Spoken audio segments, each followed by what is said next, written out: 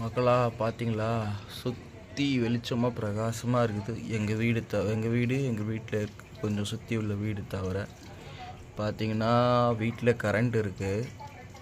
மற்றவங்க வீட்டில் கரண்ட் இருக்குது. எங்கள் வீட்லேயுமே வந்து மீட்ரு பாக்ஸில் லைட் எரியுது. ஆனால் ஒரு ஃபேஸு சுத்தமாக போயிடுச்சு, கரண்ட்டே இல்லை. பார்த்தீங்களா எப்படி இருக்குது? பார்த்தீங்களா வீட்டில் ஒன்று இப்படி தான் இருக்குது.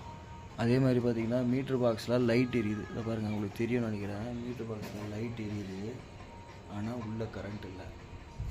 இதுதான் இப்போது இங்கே இருக்கிற சுச்சுவேஷன்.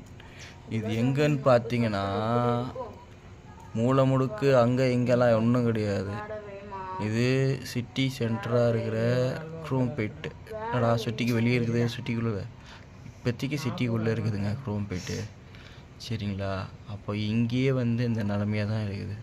கிட்டத்தட்ட இந்த வீடு கட்டி ஒரு 5-6 வருஷம் இருக்கும். 5-6 வருஷமாக இதே மாதிரி தான் ஃபேஸ் பண்ணிகிட்ருக்கோம்.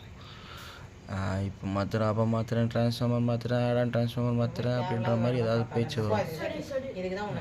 ஸோ இதுவரையுமே எந்த ஒரு இம்ப்ரூவ்மெண்ட்டுமே இல்லை.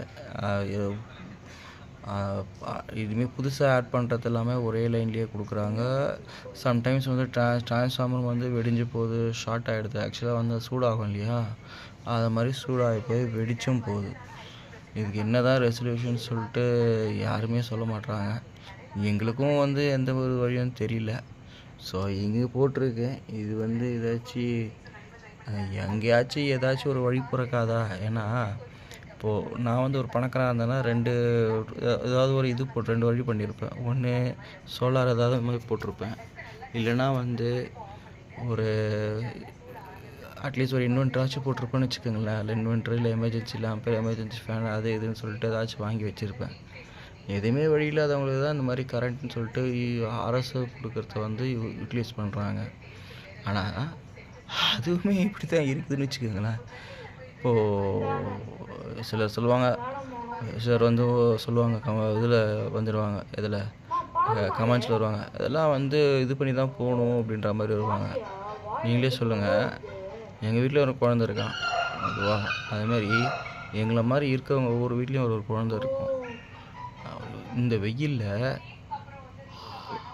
எப்படி ஃபேன் இல்லாமல் இருக்க முடியும்? ஃபஸ்ட்டு நிறைய பேர் வீட்டில் ஏசி ஓடுது ஓவர்லோடில்.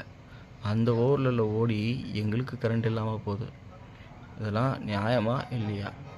நீங்கள் சொல்லுங்கள். நான் இதோட முடிச்சுக்கிறேங்க. தேங்க்யூ.